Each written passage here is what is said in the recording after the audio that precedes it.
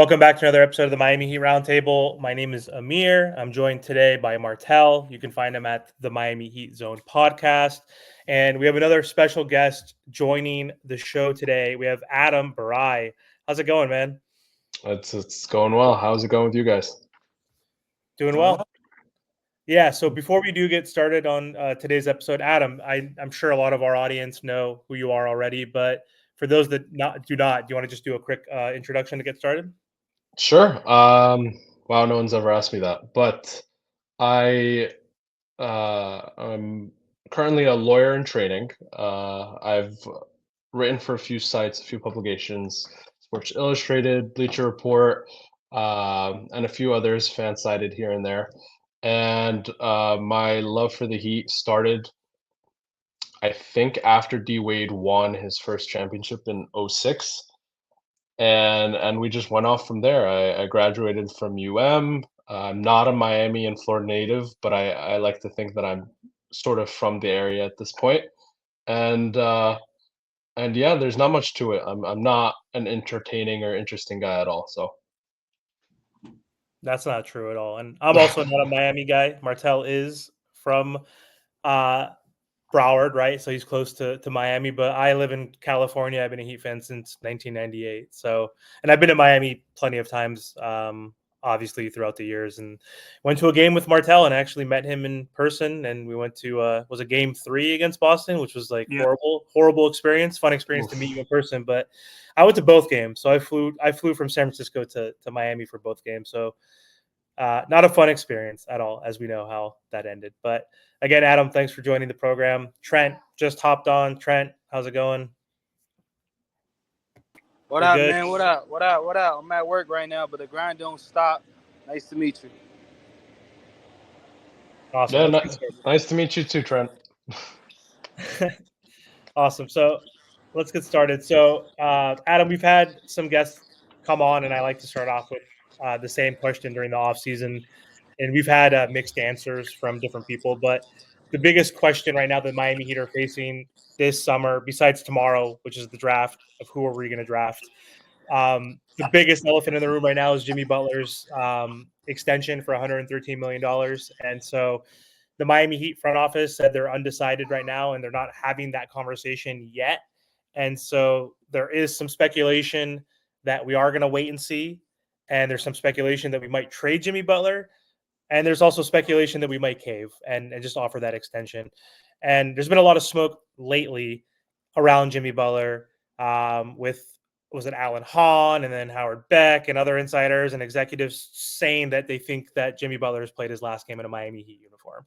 So just wanted to get your perspective on the whole situation and your prediction of how is this going to pan out this offseason. Let me first state that I love Jimmy Butler. I think the 5 years that he spent in the Miami Heat organization have been of the most fun that I've had watching a player play for an organization. The way he just took the mantle of being a Heat guy through and through and embracing the organization immediately is something that's really empowering. That being said, you got to trade him. You have to trade him. We're at those crossroads at this point where the franchise is behind, and they're behind in this arms race of assets that we've seen all across the NBA. I was someone who was a big proponent of trading Jimmy the moment the finals had ended last year, and I know that that was just a very uncomfortable and unpopular thing to even conceive or think about. But the writing was sort of on the wall where you're not going to get to that highest of highs again with Jimmy Butler at his age, with those injuries, with that roster, and you have to make that decision. I know that it's only an extra year technically of an extension, but those are decisions that can cripple a franchise and keep them in that purgatory of being the 10 through the 7 seed and not actually winning anything of relevance, right? We've already hit that mountaintop of getting to the finals. we need to see something better than that. I mean, what's another finals appearance going to do for the Miami Heat or for Jimmy Butler?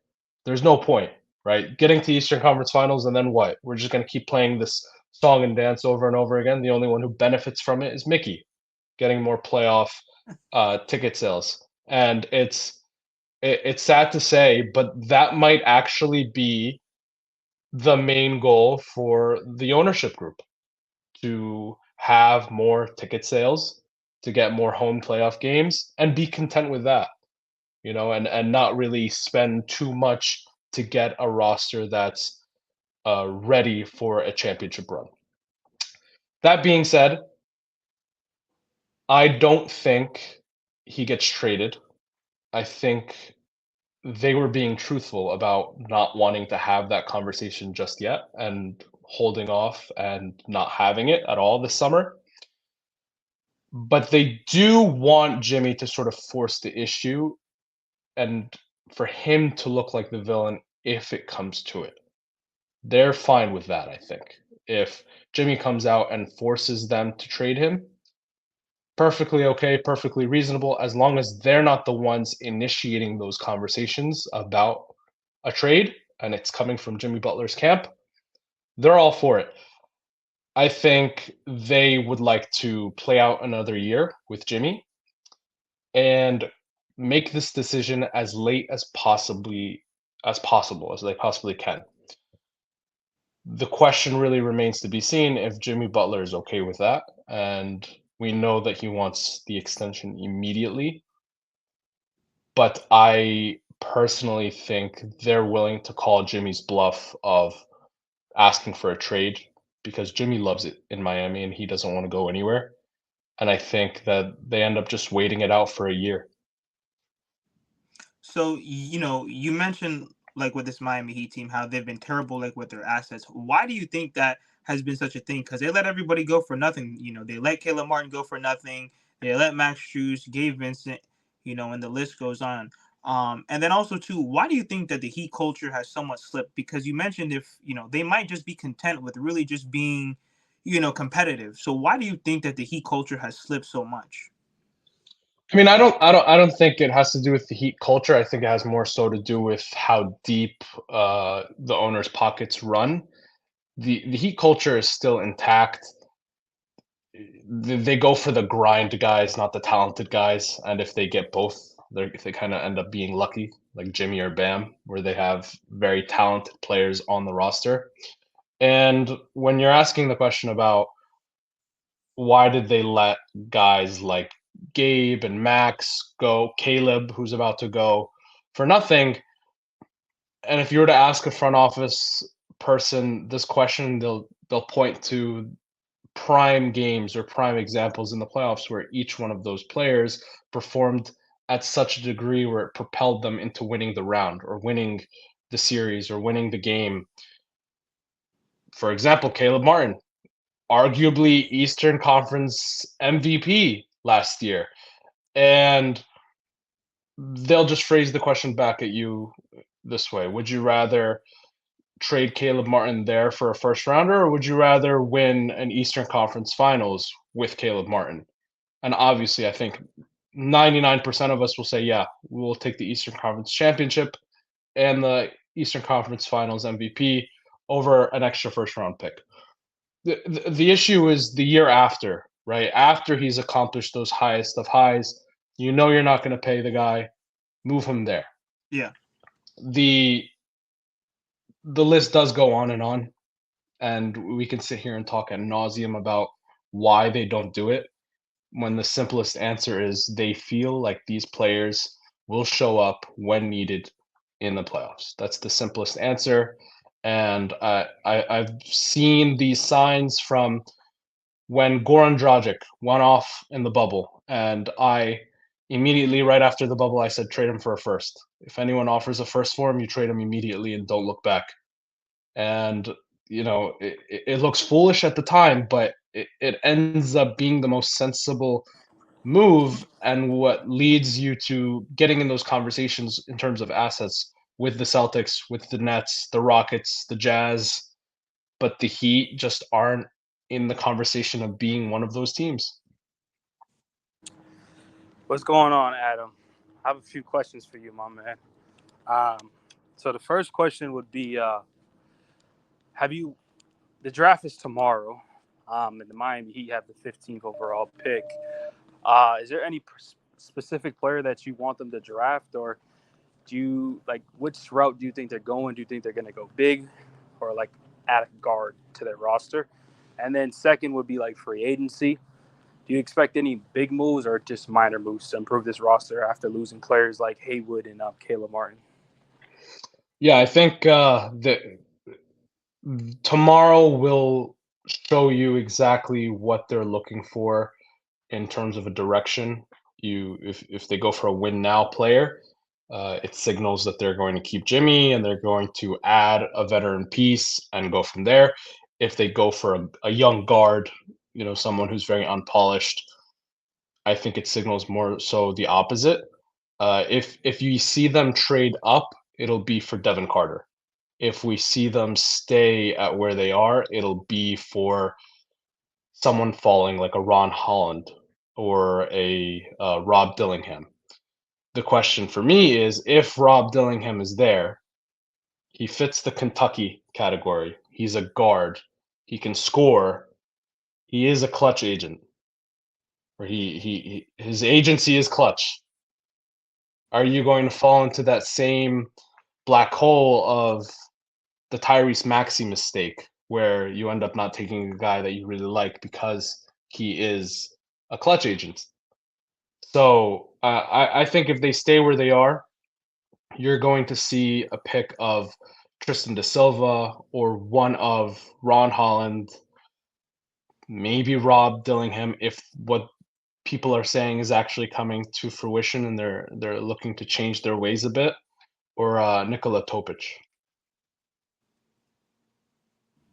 Man, I would love to have Topic on our roster just for like future, like for the future, because Terry's not going to be the future guard for us for a while, for the long term. And do you think Topic will be able to play this season, even with that minor ACL procedure? Like, do you think there's a chance, or do you think, with Spo, he kind of takes his time with young players like Jovic, and he was kind of forced into the lineup because of injuries. But do you think if that was the case, he's playing this season? Yeah, I think he would play. He would assume the backup point guard role immediately, and if he doesn't, by the end of the season, he will have that role.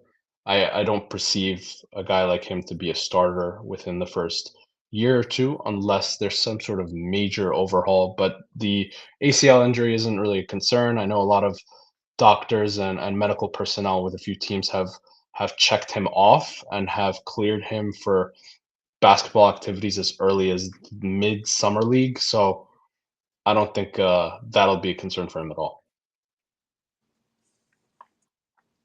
Okay, and then when you look at the overall, trade aspect, because if we do keep Jimmy, obviously, we have Tyler Hero's contract, Duncan Robinson's contract, and Terry's contract. So what are some realistic moves out there? Because you hear people mention, Zach LaVine and, Donovan Mitchell and all these other things. So what's a realistic move for the Miami Heat if we do keep Jimmy?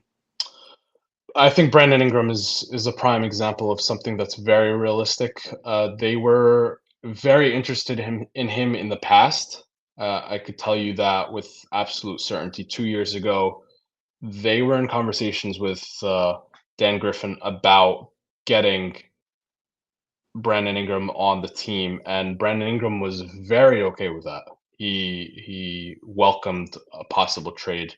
In addition, Griffin really, really, really likes Duncan Robinson. Really? And he's one of those players, BI that is, that fit really poorly with BI and with Zion and CJ McCollum. And I think a change of scenery would do him really good. We know he's already on the market, and I'm expecting him to get moved within this week or next week, and I'm expecting the Heat to be a part of those conversations if they're not already. And it really just depends on the price. Is it going to be Terry and Duncan in a first? Is it going to be Tyler in any case, but Tyler doesn't really make sense for the Pels because they already have a very crowded backcourt. So it comes down to the price, but I know for a fact that Jimmy here, Jimmy not here, Brandon Ingram is a low cost guy that they think has a lot of potential that they can grow with. Okay. Trent, go ahead. The case and somehow we do land Brandon Ingram, which I'm not a fan of Brandon Ingram, but maybe a new scenery could definitely change some stuff around. Do you think Brandon Ingram and Bam and Tyler, I'm sure he has to be part of that deal. If not, like for the future, because Jimmy's not going to be here. And I actually agree with you when you was talking about Jimmy needs to be traded. I've been saying that for a while now. Do you think Brandon Ingram and Bam can compete in the Eastern Conference after Jimmy is done with the Heat and Jovic and Jaime? Because the Celtics ain't going nowhere, and the Pacers, Magic, they're only going to get better. And New York Knicks, like, do you think we can stay afloat, even though we do have the best coach in the league, but the roster, I'm just not, it's not the best. Yeah, I hear you. I think you said a few terms in there. You said staying afloat and you said competing. And I think one of them is true and the other is not. Staying afloat, I could definitely see. That to me, BI, Jaime, Jovic, Tyler, if Tyler's still on the roster, Bam, 7 through 10 seed, easily, especially considering you have Spo. Competing, absolutely not. In no way can they compete with a roster like that. That to me smells more like a building block for things to come. BI, Bam, Jaime, that is what you use as your not your cornerstone pieces, but your pieces to build upon. And you're not ready to compete, but you're 2 moves away. You're 2 more players away. And I'm a big proponent of a guy like Brandon Ingram because he is a 20-plus point scorer per game. He's still very young. He still fits that Bam timeline. And he's never been in a situation where a team actually gave him the tools to succeed in the way that I think Spo and the Miami Heat front office could. And so there is a lot of opportunity there for him to mold himself and mold his game because he's still so young. So I'm a proponent of all of that. And if it were to come into fruition, I think that would expedite a Jimmy Butler move even faster because you need to have more space for ball handlers at that point. You can't have Jimmy, BI, Bam, Tyler, Terry, just too many mouths to feed at that point, and you need to make some adjustments. So a lot of Miami Heat fans say that, they didn't give Jimmy Butler help, but then at the same time, like me personally, I don't think that Jimmy Butler held Kyle Lowry accountable compared to how he held Duncan, Tyler, and Bam. So when you think about giving Jimmy Butler help, because I think they did give Jimmy Butler help and some of it didn't work out, like Victor Oladipo. Just imagine, like, if he was able to stay healthy, I think he would have been a great piece for the Miami Heat. So do you think that the Miami Heat did give him enough help, or did things not work out, or maybe they just didn't, make the right moves? All of the above. Can I say that? Yeah. They made the wrong moves. They didn't give him any help. They made moves thinking that it would help when it really didn't, and it really bit them when it came to it. PJ Tucker being your marquee power forward signing over the last 3 or 4 years, excluding Kevin Love, that's not going to cut it when you have a guy that's taken you to the finals and has taken you to multiple Eastern Conference Finals runs. Kyle Lowry, while if we were to take a time machine and go back in time and ask ourselves if we would still do that move, I would. I would still make that move because you need to have somebody on the books, and I'm okay with having a even if it's an aging Kyle Lowry that really doesn't play all that well, having 30 million on the books for you to be able to move for a different player, which ended up actually happening. It was just for another wrong move. It's something worthwhile, and it's something that they needed to do. So I don't think they gave him the help required to win a championship. I don't even think necessarily they gave him the right players to make it as far as he has in the Eastern Conference. They gave him the right players to sort of make sure that it was just enough for him to carry them to an Eastern Conference Finals. But why or is to that the though? finals. Why is that though? Why? It's this belief that they know better than the other teams. The Tyler Hero was injured, and if he wasn't injured, we'd win the finals. If Kyle Lowry and Max Strus, when they lost Game 7, weren't injured, they would have won and went to the finals and beat the Warriors. If Max Strus didn't step out on that 3-point shot that he took in Game 7, they would have won the finals. It's just this belief of things that didn't actually happen. If they did happen, you'd have a different result. And they're sort of living in this world where you don't need to go after the big fish. You need to go after the right fish. But at the same time, they're appeasing the ownership of not spending too much. And I think that's the biggest downfall that they've had over the last 5 years, where they sort of look at this roster and go, we just made it to the finals with Jimmy Butler, Bam, and a bunch of undrafteds. Why can't we just do it again, but with an extra first round pick player coming back? Do we really need to make that much of a change? And then I think the media plays a major role in all of this as well, where the perception of what the team should or shouldn't be doing, it sort of molds how the front office approaches giving the fans what they're actually looking for. So when the media tells you, okay, they're not going to make any moves because other teams aren't making any moves, it sort of makes you think, you know what, that's a good point. Maybe the Heat don't need to make a move and they're contending and they're perfectly fine. When we forget about what the real goal is, and it's to win an actual championship, not to say that you participated in the championship round. Yeah, go ahead, Amir. So do you think, so in Pat Riley's presser, he said like there's like one of 3 players that might become available that are whales. I don't know if Donovan Mitchell was included in one of those 3 types of players that he would essentially gut the team for, because otherwise he said there's no one really available or anybody worthwhile unless they are a superstar that we want to trade all of our depth for. So there is a sentiment, if we're gonna wait and see and not give Jimmy his extension or trade him this offseason, it seems like we are effectively going to run it back. So do you think it's a higher likelihood that we run it back and say, hey, we didn't really get to see Tyler and Terry? Like, we got to see that in a small sample size of like 10 games. Like, are they going to say, hey, availability was the biggest issue? We were 4 games out of second place, 2 games out of 60. Like, do you think they're going to say, let's run it back? Or do you think there is a likelihood to trade for a Brandon Ingram?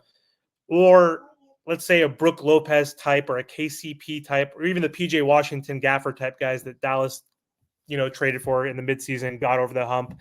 Or is it going to be realistically, we're going to draft someone at 15 and we're going to probably replace Caleb with like a Torian Prince, like, or someone at a, vet min, and we're going to run it back. So like, how content do you think the Heat are, I guess, for next season with the roster? They were willing to make a major overhaul in terms of roster last summer when Damian Lillard was available, and losing in the first round doesn't sort of make you sit there and go, okay, you know what, we're okay with what we have. We're going to stick with the roster. I think we're at this point now where if there isn't a major overhaul, give up.